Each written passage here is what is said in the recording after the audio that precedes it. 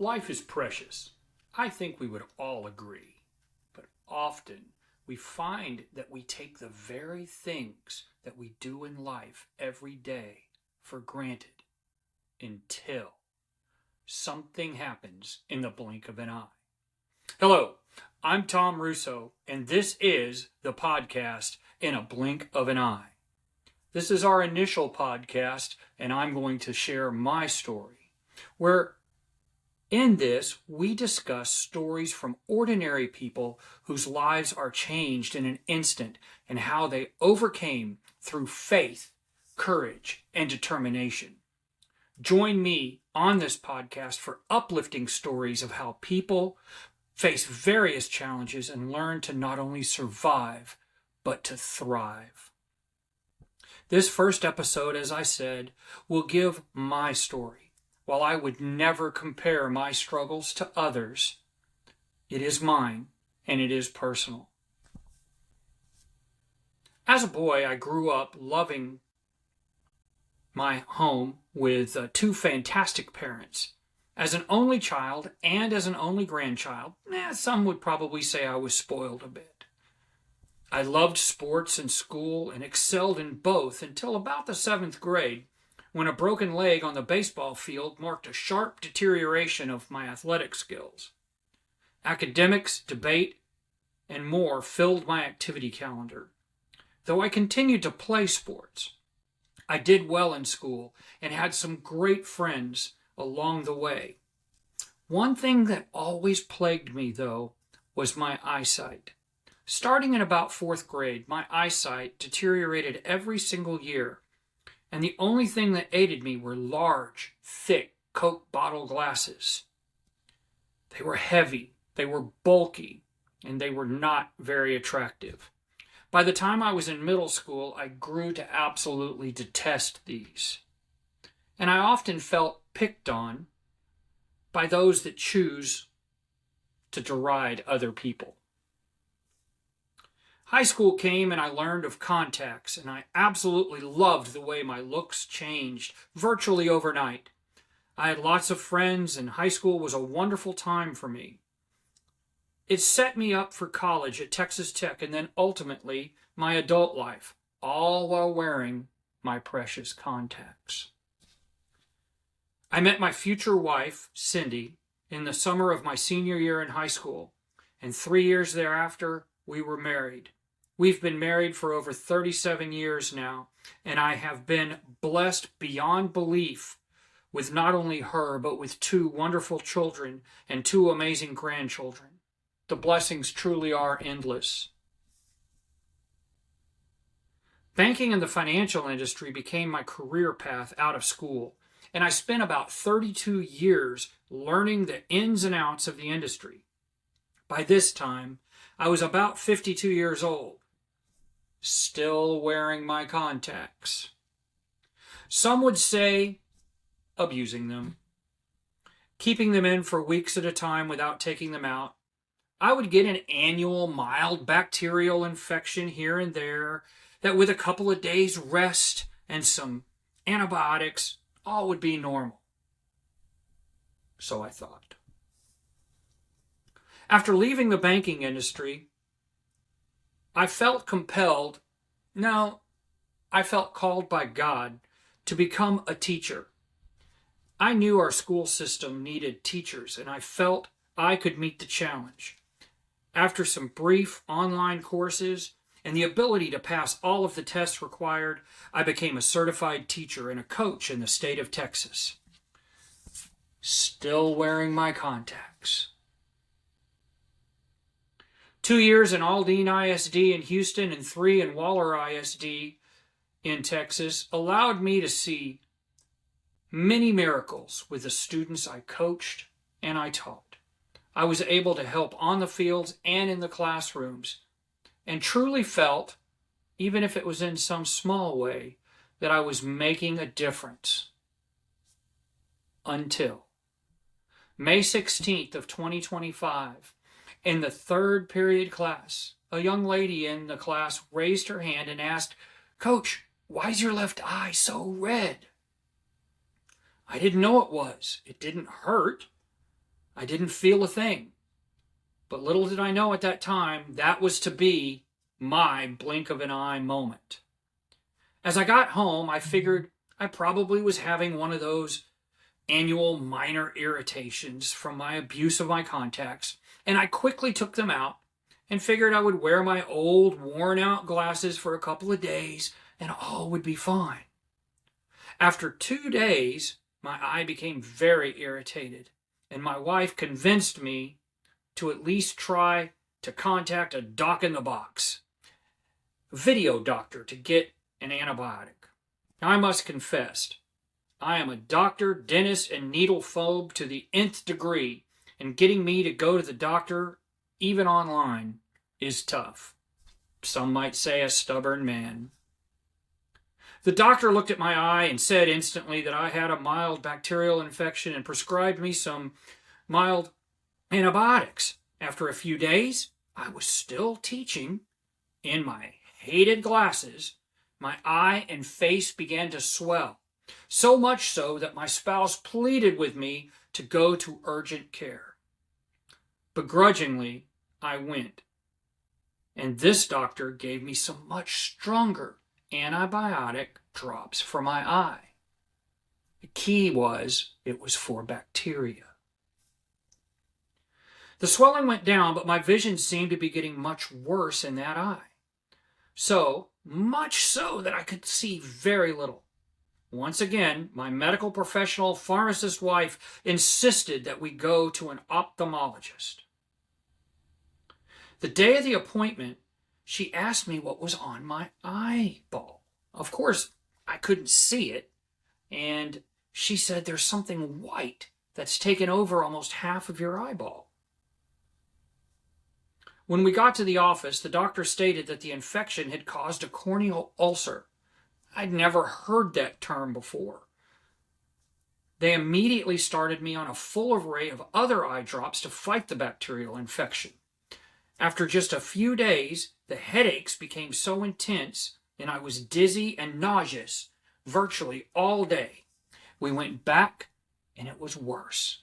I had another corneal ulcer. And she then called the corneal specialist to come and take a look. They took a culture of my infection and sent it off. By this point, I had no sight at all, and my eye looked like a zombie eye, all white in the middle and still red all around it. The culture came back negative for everything. Very strange, but he said that we would have to have a corneal transplant to restore my sight. Now, please recall that I'm a doctor phobe and a needle phobe. Surgery is not in my wheelhouse. But that intensifies when you talk about hospitals. But with my faith, family, and friends, including my great friend Guido Piggott, I gathered the strength to go to the surgery, and with a sincere hope that after a couple of months of recovery, all would be back to normal. But I was wrong. After the surgery, the doctor told us that he found a substance in the back of my cornea that he had never seen before in all of his career. He felt confident that he got the infection out, however, and sent the substance off to pathology to determine what it was.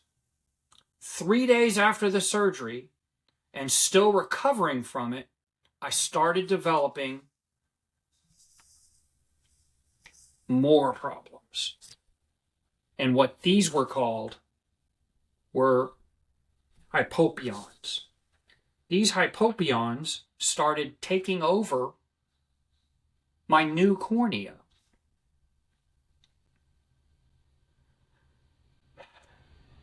The infection had gained more ground, and I went back in an emergency visit. And as I go back, the doctor, I could tell, was very concerned.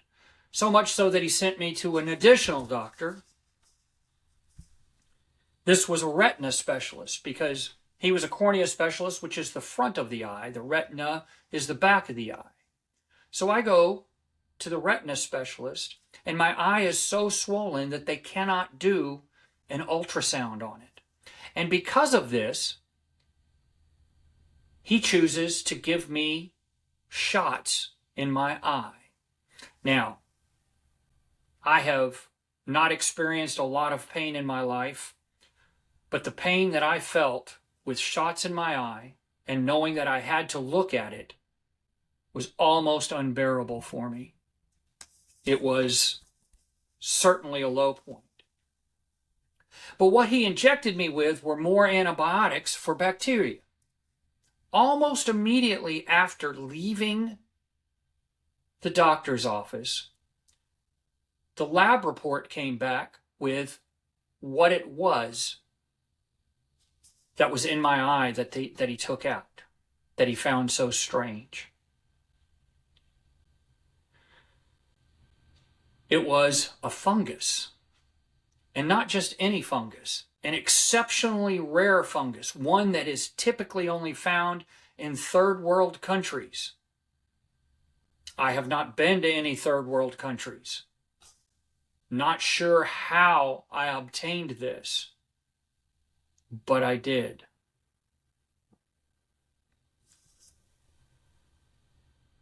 So, my eye deteriorated, my new cornea was trashed, and I had to have a second surgery. And in this second surgery, my cornea doctor, before the surgery, told me that this was a last-ditch effort to save my eye. This was a last-ditch effort before they might have to actually remove my eye because they didn't want the infection spreading into my brain. That was scary. Probably the lowest I've been.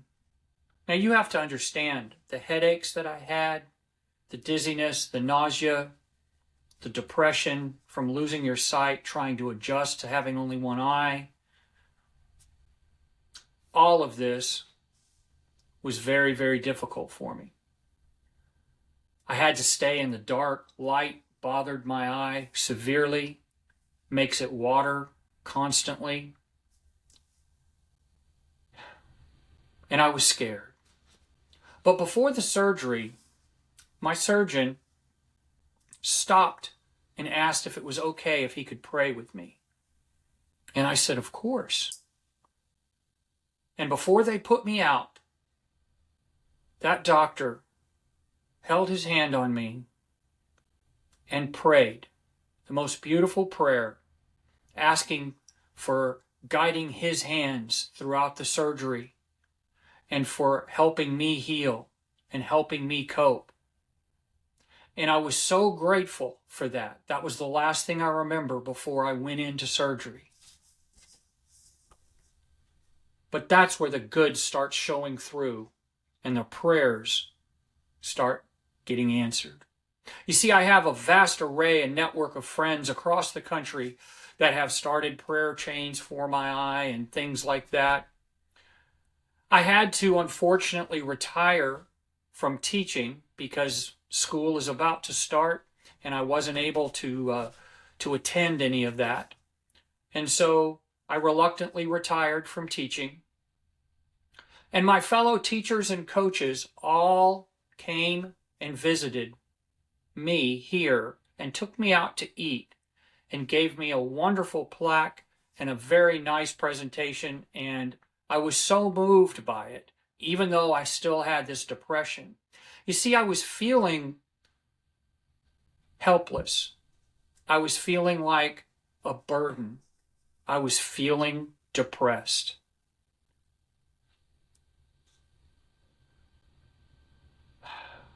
Now, although I've had regular visits with that corneal specialist and a couple of more shots from the retina specialist, my headaches have been diminished to almost nothing. And I'm eating again. Throughout this process, I've lost over 25 pounds. Not the recommended diet that I would give. The swelling has gone down. And I have returned to normal activities, at least my new normal. I'm even driving. Trust me, I'm exceptionally careful. At our last visit, the doctor said that he's very pleased with the progress that my eye has made, and he feels strongly that we have saved the eye, and that I might even be able to gain some sight back, maybe after 1 or 2 more repair-type surgeries in several more months. While I'm still on the mend, and I'm not out of the woods by any stretch of the imagination, this was welcome news. Being able to keep my eye was important to me, and obviously, with the outside possibility of obtaining some eyesight back, I'm thoroughly excited. To me, prayers were answered, and I'm grateful for the opportunity to get back to my new normal. Learning to live and cope with one eye has its challenges, but I am coping. With the help of my faith, my awesome wife, Cindy, my family, my friends across the country, I'm confident that I can blaze a great path for the rest of my life. I am also blessed in many ways to be working with a special bank project that should lead to a full-time position for me, adding back to that new normal. And it will help out with some of those medical bills. My life changed in the blink of an eye, but I know where I'm headed. I always told my students every day and had them yell out. When I said carpe diem, they yelled seize the day. Every day. Seize every day because it's precious. You don't know when it might be your last. Lean on God. Lean on your family. You have the structure. God is always there for you. I appreciate you listening today. And if you like stories like this and you have one to share, please contact me for consideration for future episodes where I will interview you through the wonder of electronics. And I will put the email address at the bottom of the screen here. I hope you enjoyed this, and I look forward to hearing from you.